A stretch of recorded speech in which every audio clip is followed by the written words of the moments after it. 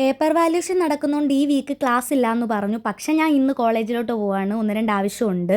അങ്ങനെ 9 മണിയൊക്കെ ആയപ്പോഴത്തേനും വീട്ടിൽ നിന്ന് ഇറങ്ങി പത്തനംതിട്ടയിൽ വന്നു. വിശന്നാൽ ഞാനല്ലാതെ പോകുന്ന എന്നെക്കാട്ടി നന്നിട്ട് വേറെന്നറിയാവുന്നതുകൊണ്ട് അവിടെ ഒരു കടയിൽ കയറി 2 ഒപ്പവും ഒക്കെ കഴിച്ചു.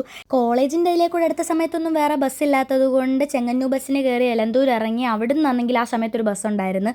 അതിന് കയറി ഗണപതി അമ്പലത്തിൻ്റെ അവിടെ വന്നിട്ട് അവിടുന്ന് പിന്നെ നടന്നാണ് കോളേജിലോട്ട് എത്തിയത്. ഒരു പരുവായിരുന്നു കോളേജ് വന്നപ്പോൾ. പിന്നെ എനിക്ക് വേണ്ട പേപ്പേഴ്സിന് വേണ്ടിയിട്ടുള്ള അപേക്ഷയൊക്കെ എഴുതി കൊടുത്തു. അതെല്ലാം റെഡിയായി കിട്ടി. പിന്നെ അന്നുണ്ടെങ്കിൽ 2-3 സർട്ടിഫിക്കറ്റ്സ് ഒക്കെ അറ്റസ്റ്റ് ചെയ്യണമായിരുന്നു. അതും ചെയ്തൊക്കെ മേടിച്ച് 12:30 കഴിഞ്ഞപ്പോഴത്തേക്കിനും ഞാൻ അന്നുണ്ടെങ്കിൽ ഗണപതി അമ്പലത്തിൻ്റെ അവിടെ വന്നു. പിന്നെ 1:30 അവിടുന്ന് ബസ്സുള്ളായിരുന്നു. വാഗ്ദാനമായിരുന്നു. അങ്ങനെ അതിനകത്ത് കയറി പത്തനംതിട്ട വന്നു.